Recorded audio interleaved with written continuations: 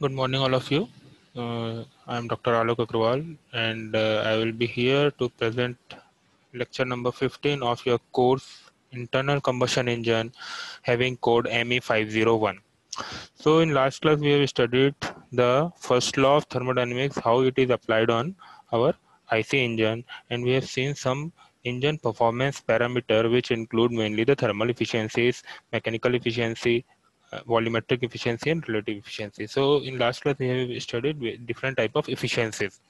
So in today's class we will continue the topic and we will complete all the engine performance parameter, and the various engine performance parameter include specific fuel consumption, calorific value of fuel, fuel air ratio, mean piston speed, mean effective pressure, specific power output. These are the remaining parameters that we are going to discuss in today's class.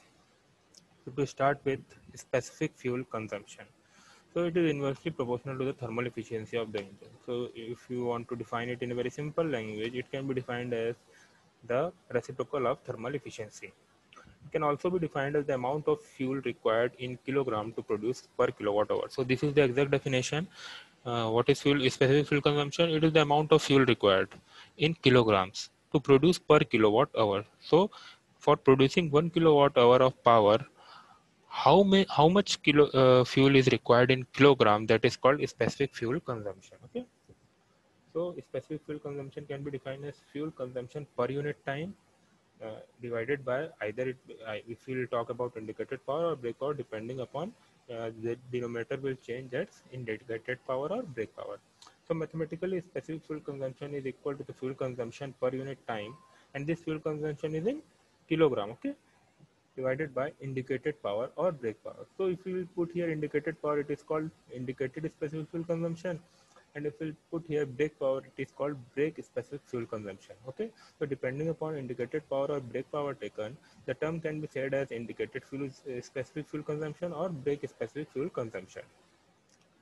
This parameter is used to define how good the engine performance is. Means if the amount of fuel required is less for producing 1 kilowatt hour power, then the engine is better. And if the amount of fuel required in kilogram to produce 1 kilowatt hour power, then the engine is not that much good. So with this parameter, we can define how good the engine performance is. Okay, so specific fuel consumption is less, then engine performance is good, and if specific fuel consumption is more, then indicate engine performance is not that much good. So the next parameter is calorific value. Calorific value, I have already defined this in our last class while studying efficiency.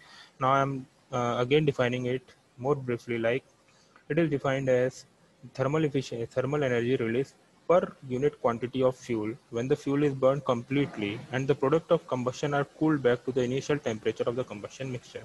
What does it mean? It means then the amount of energy released when the fuel is burned, and again what we have to do, we have to take that exhaust gases after the fuel burn, it produces exhaust gases, we have to bring back the exhaust gas to the initial temperature. Okay, so it is like calorific value of the fuel. Okay, so again this calorific value can be defined in two different categories, that is higher calorific value or lower calorific value. So when the product of combustion, we are taking it back to the normal temperature, that is we are considering at 25 degrees centigrade, then the amount of energy released is called higher calorific value. And if we will not bringing back the product of combustion to its initial temperature, then the amount of heat evolved, yeah, amount of energy released is called low calorific value. So generally we are dealing with low calorific value, lower calorific value. This higher calorific value, mainly it is not of practical use because we are not very much concerned about bringing the temperature of the exhaust gas to the normal temperature. The next performance parameter is fuel air ratio. It is the relative proportion of fuel and air in the engine are very important, okay? Because it depends on how effective your combustion will be. This fuel air ratio is very much important in for determining the efficiency of the engine. Okay, so fuel air ratio is defined as mass of fuel divided by mass of air. Okay, and again air fuel ratio is equal to mass of air divided by mass of fuel. So a mixture that contains just enough air means if the amount of air required to burn the unit quantity of fuel is exact what is it required, we called it as a chemically correct or stoichiometric fuel air ratio. Okay, means if 1 kg of fuel require around 15 kg of air to burn it completely, then we can say that 1 is to 15 is a stoichiometric or chemically correct fuel air ratio of the combination. Okay, so this is called stoichiometric fuel air ratio. This is the exact amount of fuel air required to burn the given quantity of fuel. Now, if in that mixture, if the quantity of fuel we are increasing, we call it as a rich mixture, and if the quantity of fuel we are reducing, then stoichiometric fuel air ratio we called it as a lean mixture. So there are two types of mixture: rich mixture or lean mixture. And the third one is chemically correct mixture, which is the exact amount of air to burn the given amount of fuel. So the ratio of actual fuel air ratio to the stoichiometric fuel air ratio is called equivalence ratio, and it is denoted by 5. And this is of very much importance because in coming in unit 2 we will be discussing this term more frequently. Okay, so you have to be clear about this term, that what is equivalence ratio. It is the ratio, again it is a ratio of what, it is a ratio of two ratio. In numerator it is actual fuel air ratio, and in denominator it is stoichiometric fuel air ratio. Suppose we are talking about rich mixture, and rich mixture is 10 is to 1, means 10 part air 1 part fuel. And if stoichiometric air ratio is 15 is to 1, then 15 part air and 1 part fuel, then what will be the equivalence ratio? 10 is 10 by 15, there is 2 is to 3. Okay, now, this mathematically it can be written as phi is equal to actual fuel air ratio divided by stoichiometric fuel air ratio. Now, the mean piston speed, sometimes it is very much important for solving a numerical.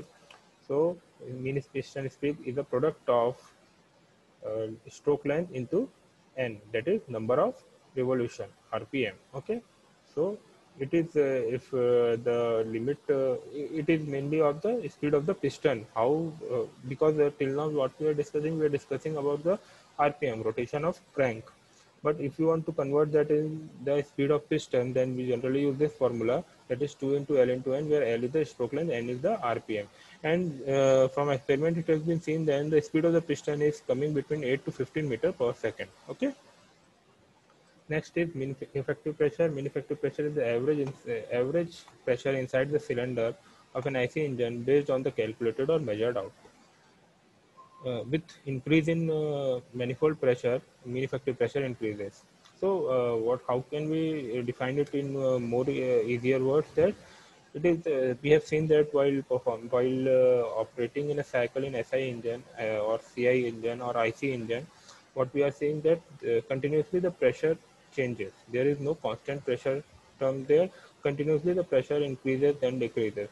So if we want to make that, if you want to say that what will be the overall average, or what if we want to determine that cycle with one pressure, that if you able to define that cycle in by one pressure, only one pressure, because we have seen that in cycle pressure is continuously changing, it is a variable quantity. But if you want to define that cycle with only one pressure value, then that pressure is called mean effective pressure. Okay, so again mean effective pressure can be of two types, that is indicated mean effective pressure or brake mean effective pressure. So this is the formula of indicated mean effective pressure. Similarly for brake mean effective pressure, the only difference between the formula is here IP is replaced by BP, means indicated power is replaced by brake power. So this 60,000 into indicated power upon L. L is the stroke length, A is the area of the piston, N is the number of power stroke, and K is the number of cylinder. If you are talking about 4-cylinder engine, this K is capital K is 4. If you talk about single cylinder engine, this capital K will be 1. And N is the number of power stroke. This number of power stroke is 1 for 2-stroke engine. There is small n is equal to 1 for 2-stroke engine, and this n is small n is 2 for 4-stroke engine.